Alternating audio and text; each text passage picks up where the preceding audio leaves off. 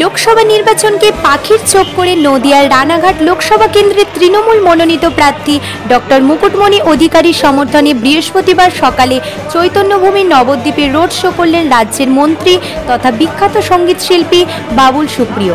এদিন বাবুল সুপ্রিয় ছাড়াও উপস্থিত ছিলেন নবদ্বীপ বিধানসভা কেন্দ্রের বিধায়ক তথা পুণ্ডরীকাক্ষ সাহা সহ নবদ্বীপ পৌরসভার পৌরপতি বিমান কৃষ্ণ সাহা ও পৌরসভার 24টি ওয়ার্ডের অগণিত কর্মী সমর্থক। এদিনের সঠিক নবদ্বীপ বড়ালঘাট এলাকা থেকে বেরিয়ে শহরের প্রাণকেন্দ্র পোড়ামাতলা মোড়, রাধাবাজার, দণ্ডপানিতলা, বুড়ো শিবতলা হয়ে শহরের বিভিন্ন প্রান্ত প্রদক্ষিণ করেন। নির্বাচনী রোড শোতে যোগদান করতে এসে বিজেপি শাসিত কেন্দ্রীয় সরকারের তীব্র সমালোচনা করেন তিনি।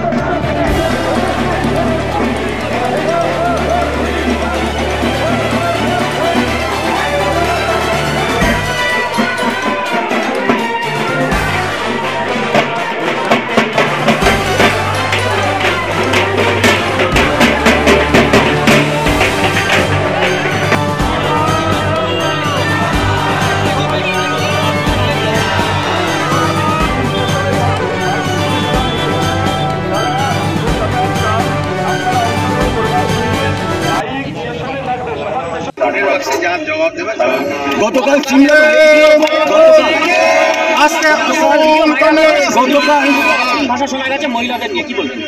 আমি তো আবার বলছি, গরম পড়েছে, সেটা সবার তো সহ্য হয় না। গরমের মধ্যে সবাই মাথাটা ঠান্ডা রাখতে পারে না। শুভেন্দুবাবুর একটা দেখবেন, যে কোনো জায়গায় গেলে উনি হুই হুই করেন, ধরপড় করেন, এক জায়গায় দাঁড়াতে পারেন। এবং যখন ভাষার ব্যবহার করেন তখন মানসিক যদি একটা ভেতরে যদি একটা শান্তি না থাকে, যদি কোথাও মনে না হয় যে আমি যা করছি সেটা ঠিক পথে করছি, সেটা যদি না থাকে, তাহলে মানসিক সন্তুলন, যেটা আমরা হিন্দি में বলতে গিয়ে বিগড়ে যাচ্ছে, যখন হয়ে যায় তখন এদিক ওদিক শব্দ বেরিয়ে যায়। আমিও তো বিরোধী রাজনীতি করেছি, জমকে কিয়া হ্যাঁ, তো কিন্তু কখনো শব্দের ব্যবহার কখনো করিনি। আপনাদের এখানে দিলীপ ঘোষ দেখুন, উনিও এটা ওটা সেটা বলেন। এখন কম্পিটিশন একটা দলের মধ্যে চলছে, কে কত এই ধরনের কথাবার্তা বলতে পারে। আমি তো কখনো মোদির নাম ধরে ডাকি না, অমিতের নাম ধরে ডাকি না, অমিত শাহ নাম ধরে ডাকি না। কিন্তু শুভেন্দু অধিকারীকে দেখুন, গাদ্দারিরও তো একটা সীমা থাকা উচিত, যে আপনি যার হাত ধরে উঠলেন, আপনি বিরোধিতা করুন, মাঠে ময়দানে লড়াই করুন, কিন্তু সাংবিধানিক পোস্টে সর্বোচ্চ পদে থাকা আপনি এই ধরনের ভাষা আপনি ব্যবহার করতে পারেন। এটাই বোঝাচ্ছে, এটাই ওনাদের সংস্কৃতি, এটাই বিজেপিতে ওই মহিলাদের কোনো বিশেষ গুরুত্ব নেই, আপনি নিজেরাও জানেন। গরম বড্ড পড়েছে, আমার মনে হয় বেশি বেশি পড়লে ছাতা ছাড়া ওনার একটু বাইরে হাঁটা। গতকাল আপনি একটা সময় কেন্দ্রীয় রাজনীতিতে ছিলেন, মন্ত্রিসভায় ছিলেন, বিজেপির 400 পারের যে স্লোগান, এটাকে আপনি কি বলবেন? দেখুন, আমি বিজেপির সংগঠনদের কাছ থেকে দেখেছি, কিন্তু আমি অনৈতিক কিছু করবো না। আমাকে তৃণমূল কংগ্রেসের কখনো বলেনি যে বিজেপির অন্দরে তুমি কি কথাবার্তা বলতে। আমি তো সবার সাথে খুব প্রীতি কাজ করেছি, মোদীজির সঙ্গে একা বৈঠক করতাম, অমিতের সঙ্গে করতাম। আমাকে কোনো কেউ জিজ্ঞাসা করেনি যে বলো ভাই আমাদের কি কথা হচ্ছিলে।